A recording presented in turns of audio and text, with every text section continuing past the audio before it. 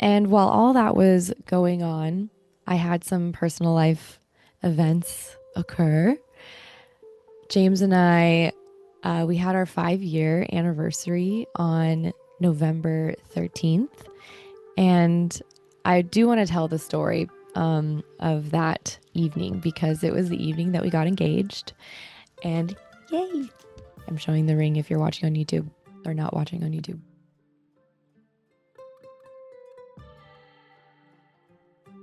Hello, everyone. Welcome back. We are kicking off season 4 of the Pelvic Pulse podcast. I can't believe we're on episode 73, season 4. It's taken me a long time to get here, and I'm proud of having taken all this time just to live life. I have so many stories to tell you and so many updates to share. But yeah, I haven't been on the mic since October, and I cannot wait to get really deep with not just this episode, but with this entire season.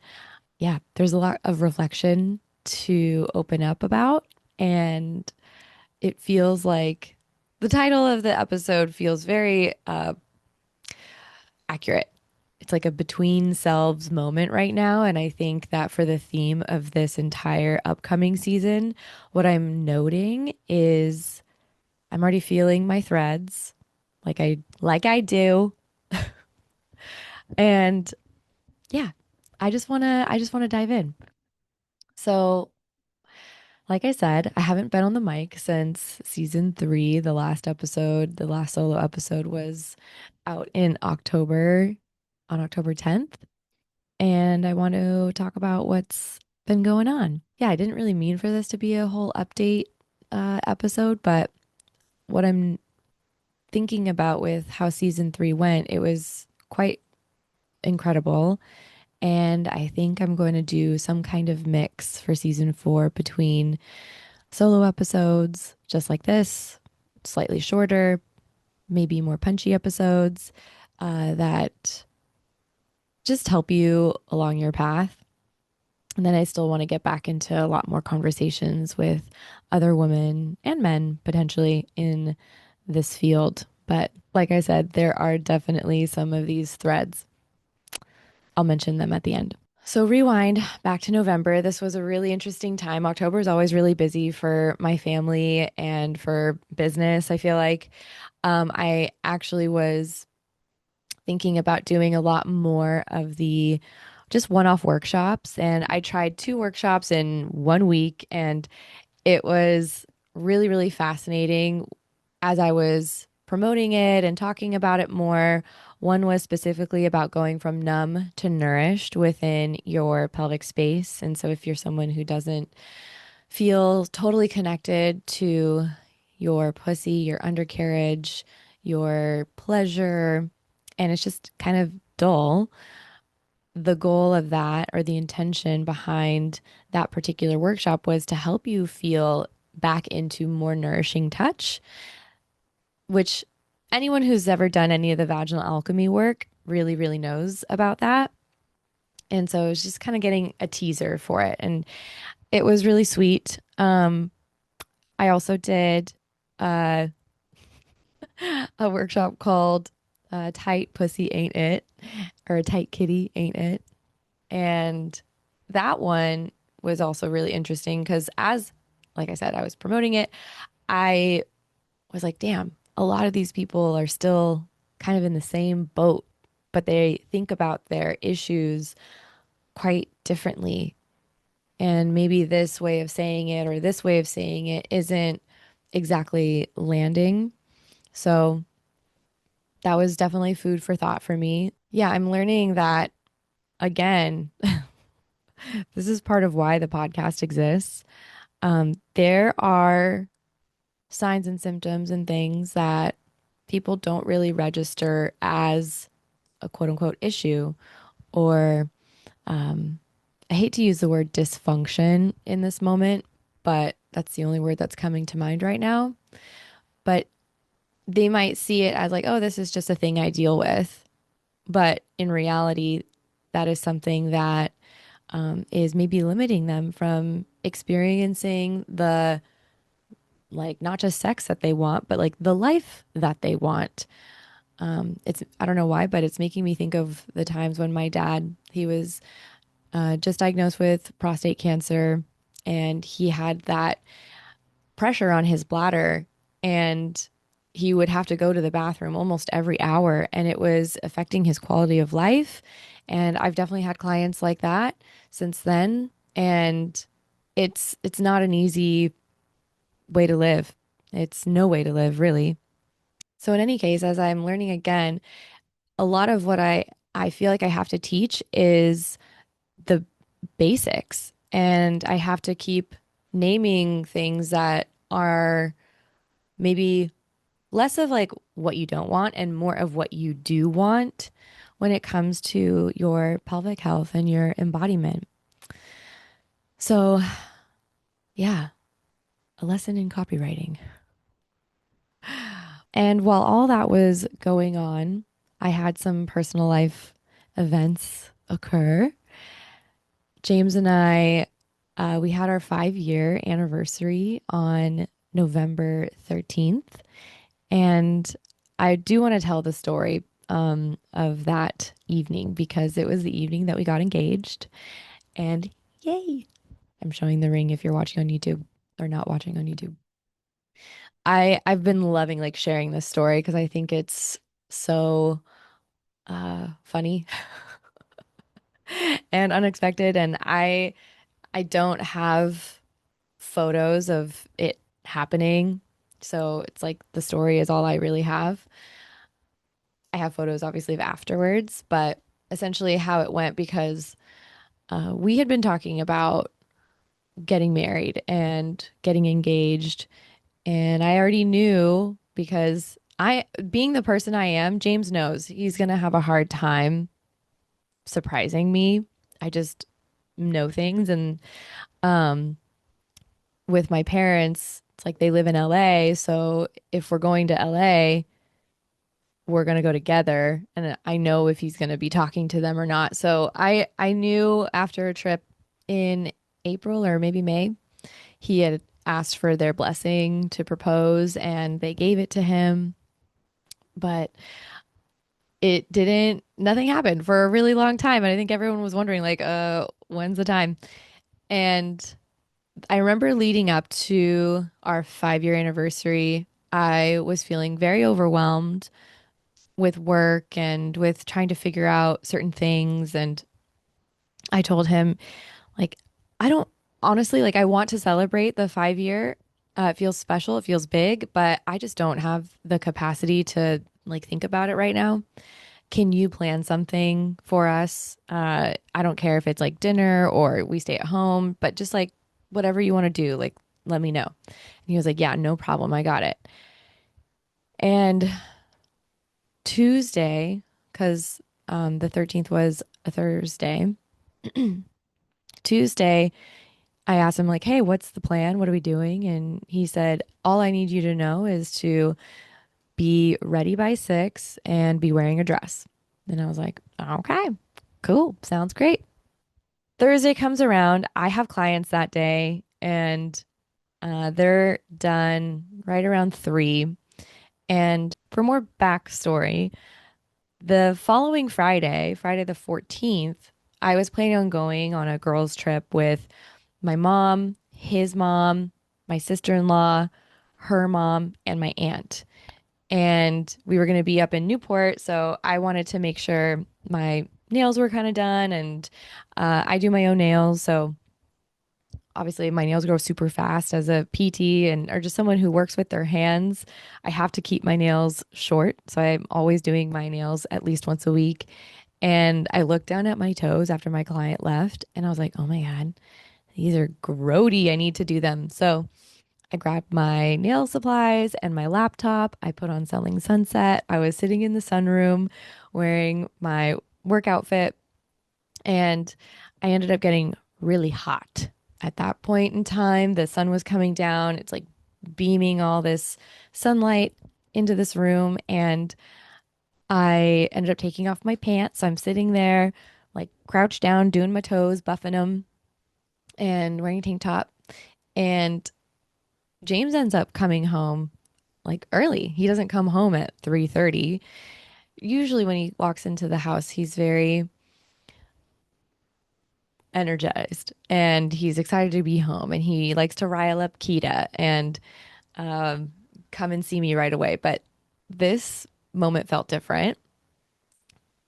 He walked in with just like a singular red rose and was like very just like walking through looking for me. And I was like, I could see him from the door. So I poked my head over and I was like, oh, is that for me? And I get up and I receive the rose and I'm going down to smell it. And then when I look up, he's down on one knee.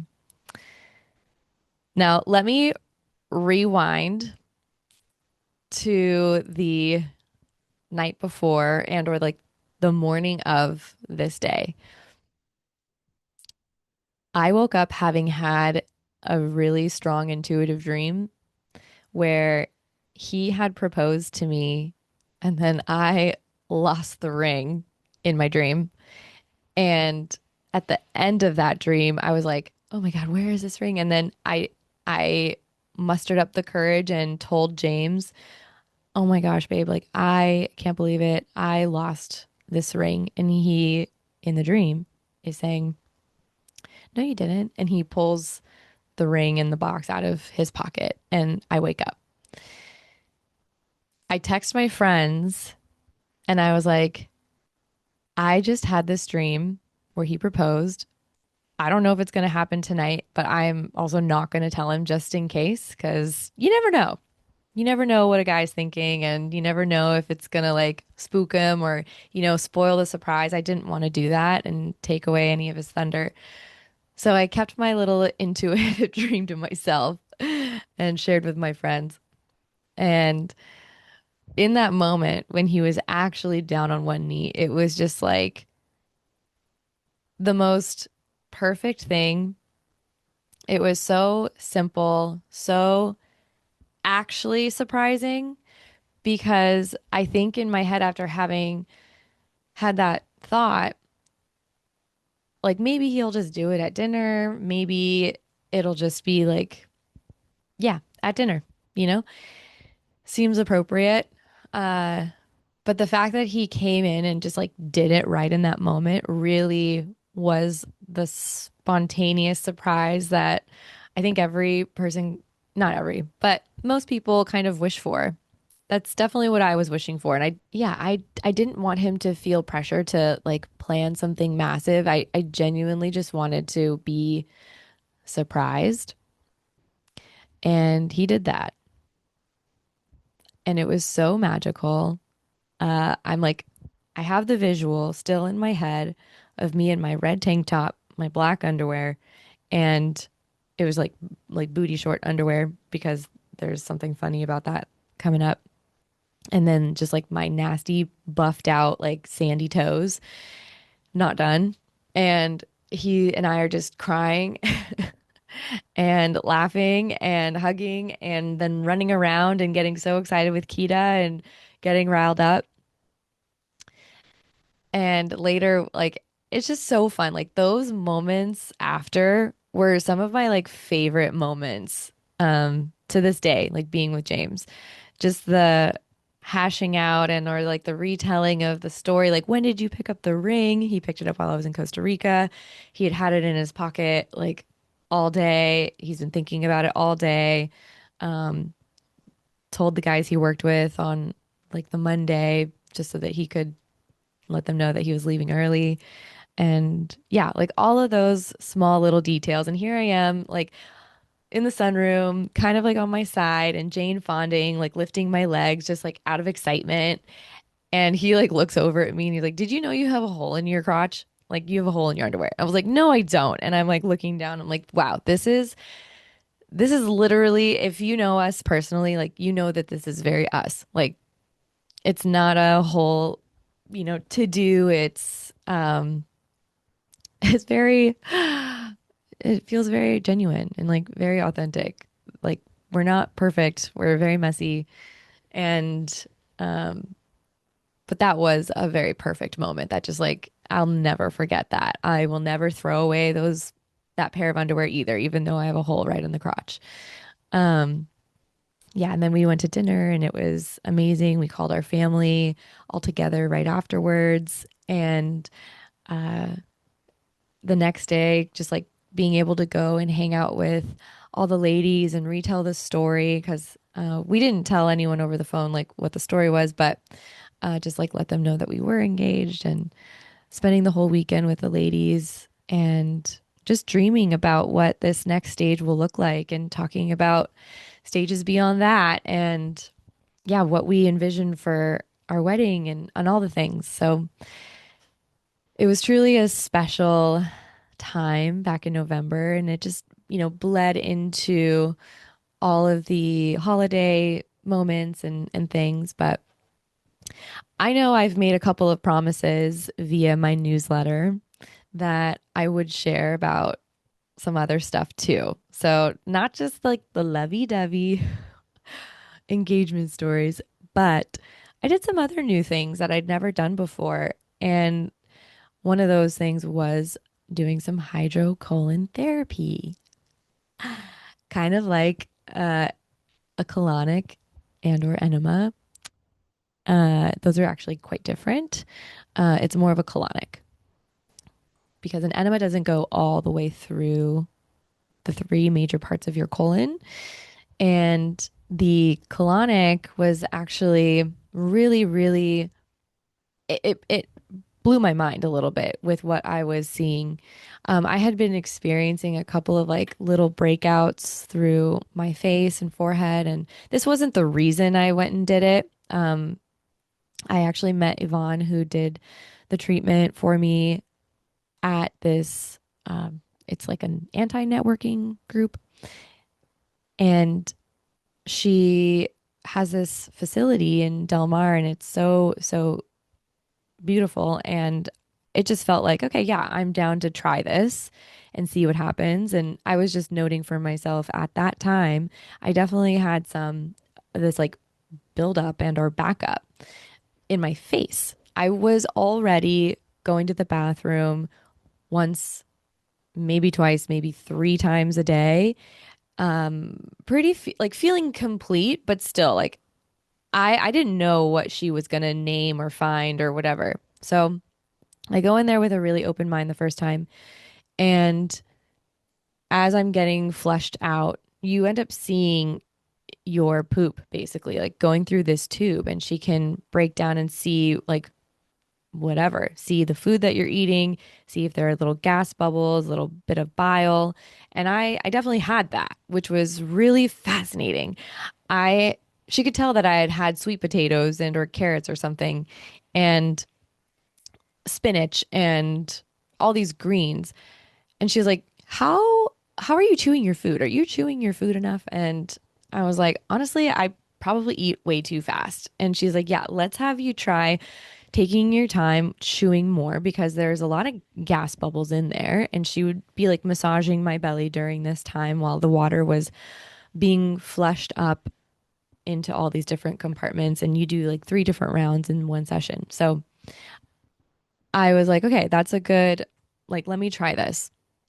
Good feedback to be able to feedback, but to chew my food a little bit more. And this was like right before Thanksgiving, I remember, because I went into Thanksgiving and was like looking at everyone and telling them, like, you guys need to chew your food. I promise you, it'll reduce the amount of flatulence that happens after this meal. It will make your food become more absorbative. Why can't I think of words today?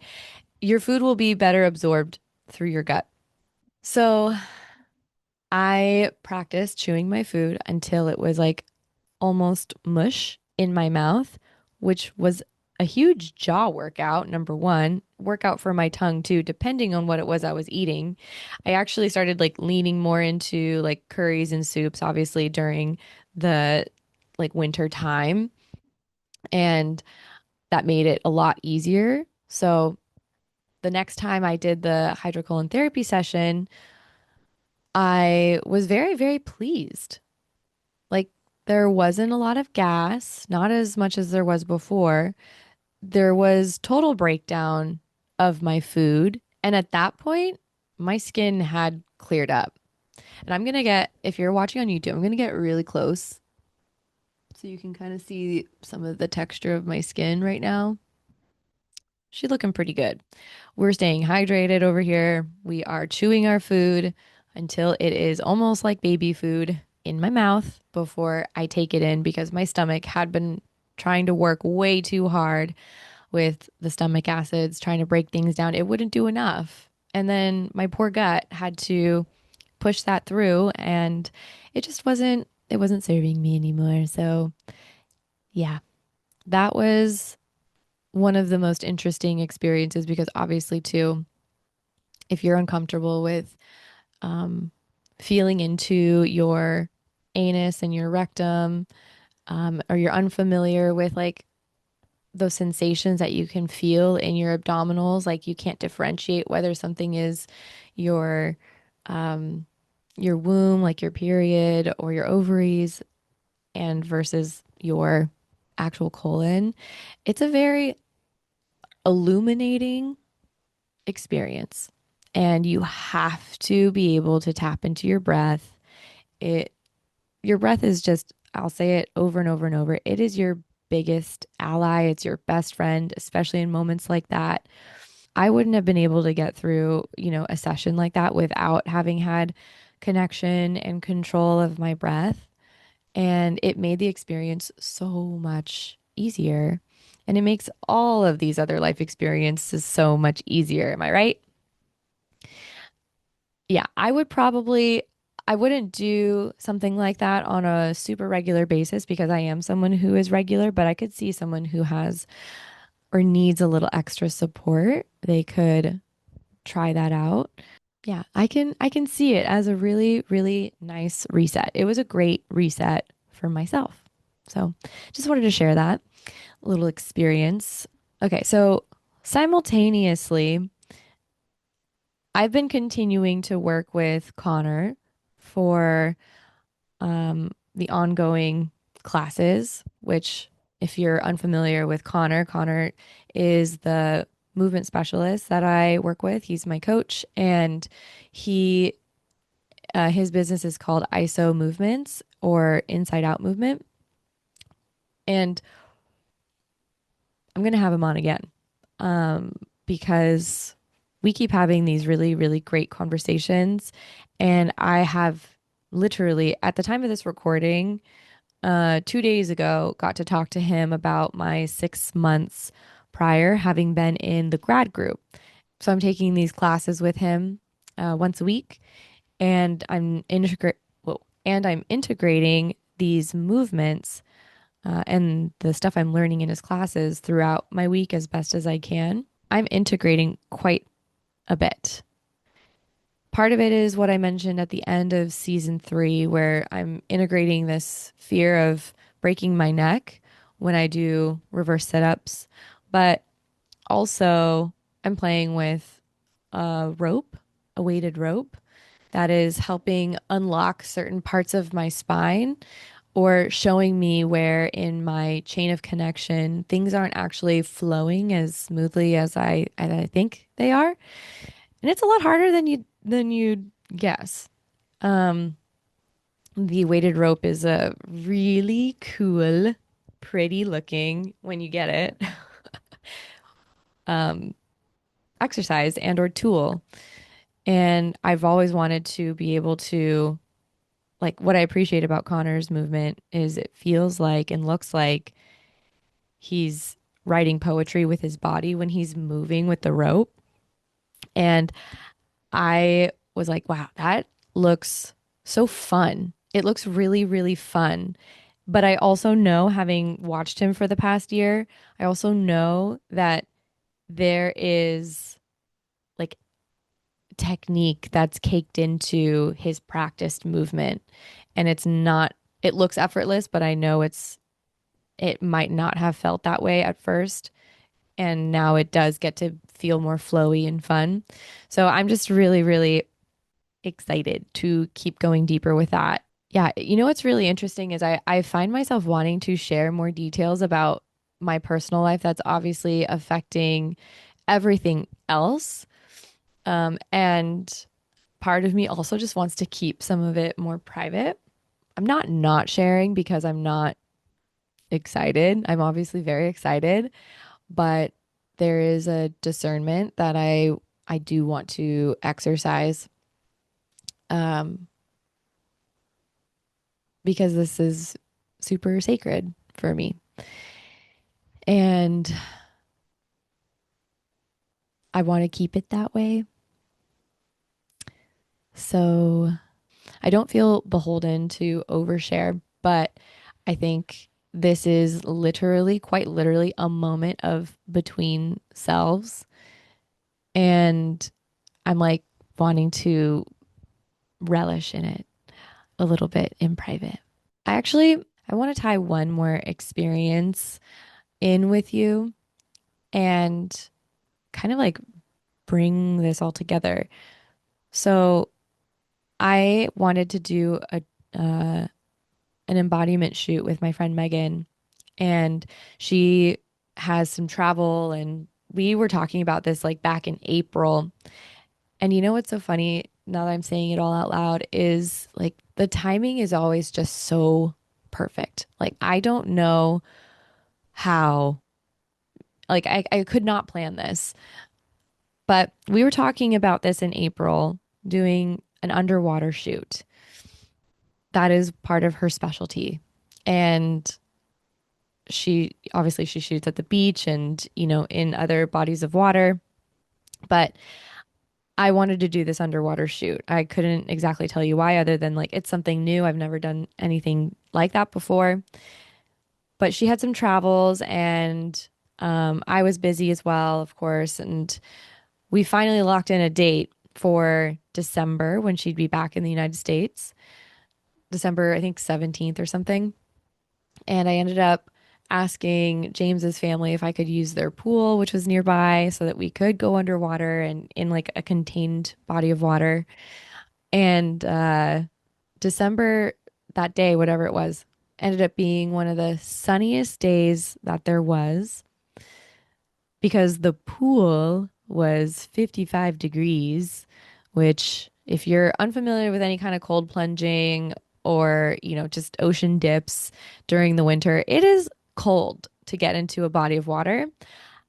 And from, you know, my background, my personal experience, and personal preference, I don't like getting into cold water as much as I do getting into warm water. But have I been practicing or have I been in cold water plunges before? Yes. That is part of what James does, and he builds those, he crafts those. But as a woman, I've been like, oh yeah, I don't need to do that as at such a cold temperature. But anyways, I that prior Sunday, I guess, that prior Sunday, I had gotten into a cold plunge and just was sitting in it for 10 minutes. And it wasn't super, super cold, but I felt like that moment prepped me for what was to come on the Wednesday. And it did. I walked into this shoot also feeling so like back in my creative juices and in deep curiosity, but also I just knew that I was going to be able to get what I wanted out of this in some way. Partly because there's a trust, right, with Megan, even though there wasn't a huge trust in my ability necessarily to be in cold water and like be underwater. That's a whole other thing. But throughout each of the moments, like I put on a playlist that I've just been like jamming and vibing with and listening to nonstop. And so there was like definitely a connective thread there to keep me in myself and in my body. And even throughout some of these like outfit changes and, you know, going from above water to like then in water and like actually swimming through the water, I don't think I've ever felt so in the moment and embodied and like in deep love and connection with myself and even my ancestors. I at one point I was like moving and playing with the water as if because this is what I want to say. When I'm working with people, I feel energy in my body. And I don't have to be touching them to feel this, but it definitely gets heightened because I can sense their energy too. But I was moving with the water as if it was someone else's energy and then playing and mixing it with my own. And it was like reminding me of these Cambodian dances where they move their hands in these like particularly like really delicate, beautiful ways. And it was just like this mix of it all was making me feel so alive and proud and just like deeply, deeply connected. And I think what came out of it, the photos, the videos that we got absolutely showed that. And that carried over also into a beach shoot that we did at Swami's in Encinitas. And I've done beach shoots before too. And that also was a moment like I've never actually gone from like on the sand to in the water and then back out. And or I yeah, I have, but like with other components, like doing that with James is a different story. And doing that naked versus doing that with a bathing suit on is definitely a different story. But um I mean all of it's really, really fun and all of it is very it's a tool, another tool to reflect back to you what it is that's going on within you. And I don't know, I think to be totally, totally frank, I think that over the past year and a half, but mostly the past year, I think I've been setting myself up in this way where I've actually recommitted back to myself and like actually taking care of myself. Like if you go back and you listen to even like season one or season two, yeah, like there was a missing component where I was definitely focused on some other stuff outside of me and I wasn't actually taking super good care of myself this past year, which it was the year that I turned 35 was 2025. And I think having that particular number, maybe it's the subconscious number of like, when you become quote unquote geriatric in any pregnancy, but I I think that number does like stir some stuff for you. It did for me. And going into it, I was like, I want to totally recommit to myself. And in a way, I feel like when you connect to yourself and you commit to yourself, you aren't just doing the quote unquote self-care that, just checks the boxes. There's something genuinely attractive about that. And I was like feeling more and more attracted to myself, not because of the way I looked, but because of how I felt and how I felt about myself. I was choosing myself over and over and over again. And that felt so empowering. And I'm not saying that that's the reason why James Prose at that time or like that's like why I did the embodiment shoot then. It's like I could see though how all of this choosing of myself, you know, one step at a time, leaning into the journey of becoming who I know I want to be, and maybe always haven't had the energy or the courage or the capacity to make that choice. Like you just do it one choice at a time, one step at a time. And I I'm sorry, I don't know. Well, it's not that I don't know. I just don't have the language yet for how this can connect to people through the lens of just like pelvic physical therapy. But I think the overall lesson is to choose yourself in every one of those steps as best as you can because I mean, it's just this stupid little saying that is actually so true. You can't fill someone else's cup from an empty cup, your own empty cup. You have to fill up yourself first. Like you have to put on your oxygen mask first to be able to help someone else.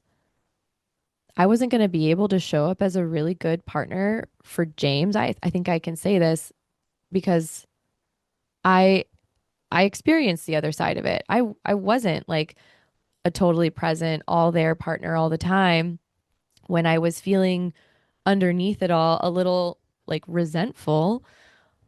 And it wasn't until I started taking care of myself, not depending on someone else to take care of me, that I was able to step into a greater role, a bigger role, or just a more embodied role of partner, of therapist, therapist, of daughter, of sister, of friend.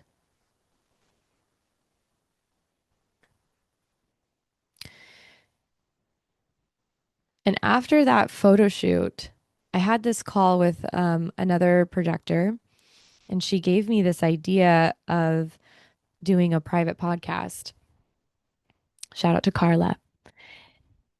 And I took a couple weeks to sit with that, and then I executed in like 2 days, creating the web page and the art for it, and then actually sitting down and recording these 5-10 minute episodes.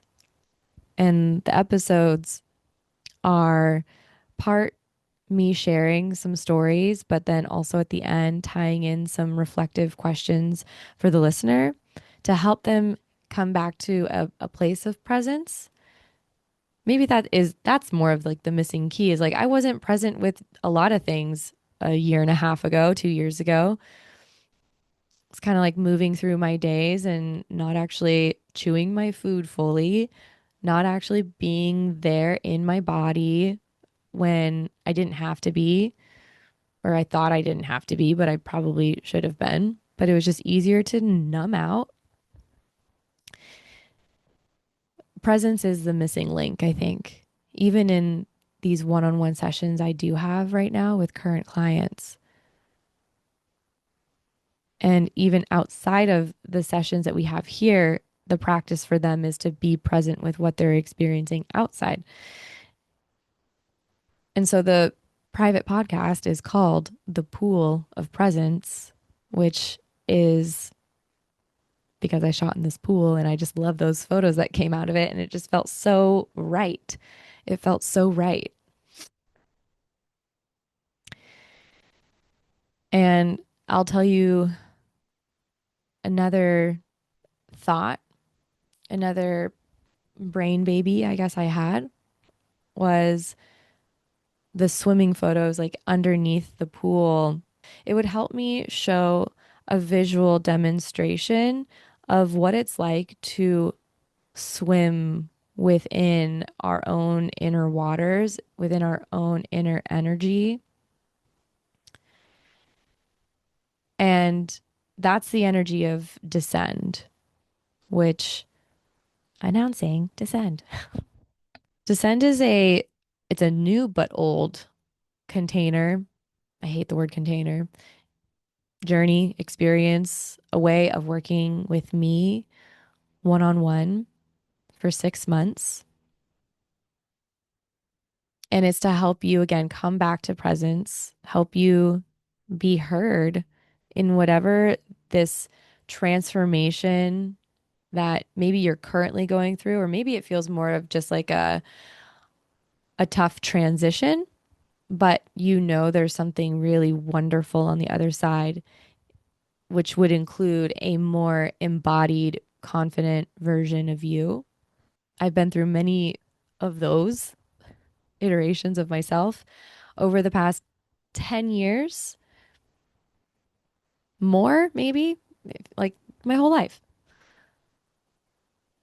But yeah, now is the time, I think, to share my work in a way that, I've had these conversations with my friends, my colleagues, just people I trust, who get me on the side. And I keep telling them, like, not trying to over explain myself, but, I'm more than a pelvic PT. I'm more than, a hands on, hands in person. Like, I love listening to stories. I love sharing stories. I love helping people make sense of their stories and not to fix anyone, even though I am quite good at that. I'm not here to just do that. I'm here to hold space and hold energy, help you alchemize energy, help you learn how to descend and swim confidently in your own waters through whatever life phase you're going through. But if 6 months feels like it's way too long, I get it. I mean, it's long, but it's actually not that long. And at least in my personal belief and what I've experienced in myself, which I can, for example, speak to with regards to my work with Connor. I did 6 months in all levels. I've done 6 months in grad group. I'm going to continue on because I'm seeing the progress. And it's not always a positive upward trend when you titrate it down to a month or even to 6 weeks. But over the course of this 6 month year, there's been this positive trend in my life. And I know from experience and from witnessing others that sustainable change happens more slowly. If you truly want to have a sustainable transformation, it's going to take time, especially if you've been for the past however X amount of years, you haven't been being or doing who you want to be. But yeah, I get it. 6 months could be too long. So that's why we have Refine. Refine is an 8 week journey with 4 sessions with the same amount of magic coming from me, coming from you, but in a shorter time span. Again, for maybe not a massive, massive transition like motherhood, for example, or from getting married, going through perimenopause, divorce, death of a loved one. There are obviously so many life transitions. That's just to name a few. But Refine is there for you as well. I'm ready to work with women who want to choose themselves, the women who are ready to be present with what is really starting to bubble up to the surface, but know that there's maybe some deeper stuff that we can get to the bottom of. Again, not to fix, but to explore with loving curiosity. Um, Another thing I'm really excited about doing this season, it'll happen through this season, I should say, is these in person, community driven events. I am, I've been asked to speak for a couple of different girls, like 8 to 9 year old girl sessions, like empowerment and confidence, but helping them navigate the ups and downs of puberty and life changes, potentially school changes. So I'm very, very excited about that. And yeah, so I promised also that I'd name the threads that I'm feeling for this season. And those threads are all B words: body, birth, business, and belonging. I can't wait to have on women who I know you will be able to learn from, and I know I will for sure be able to learn from, whether it's from their own personal experience or the work that they do with clients and their clients' stories. It's going to be a very fun and powerful upcoming season. I think one of the things I love about podcasting is you can kind of also, for me, this is my personal selfish, yay, I'm glad I'm doing this moment. It's going to mark some major moments in my life, and I'm very, very excited about that. I'm very excited to talk about that and share that with you when the times are all right. You know what I'm saying? Okay. I think that's enough of me in the solo. If you have any questions about the pool of presence, descend, or refine, you'll find all those links in the show notes. I'd love for you to download the pool of presence. It's a totally free private podcast. And then the descend and refine experiences are on my website. So they will all be linked below. Thank you so much for listening and joining me back on this whole podcasting thing. I will see you next time. Thanks for listening and for placing your finger on the pelvic pulse. I'm Brittney Ellers. The music for this podcast was created by Just Tech, and I'm grateful you're here breathing this conversation in with me. You're invited to stay connected by following the show on Apple, Spotify, YouTube, or wherever you listen, and by sharing it with someone you love. Beyond the podcast, there are 2 free spaces waiting for you: the Arousal Anatomy Adventure and my private podcast, The Pool of Presence, both designed to support you in coming back into your body and listening to what's real right now. You'll find everything linked in the show notes. Let your curiosity lead you and enter wherever you feel drawn. It's an honor to walk alongside you.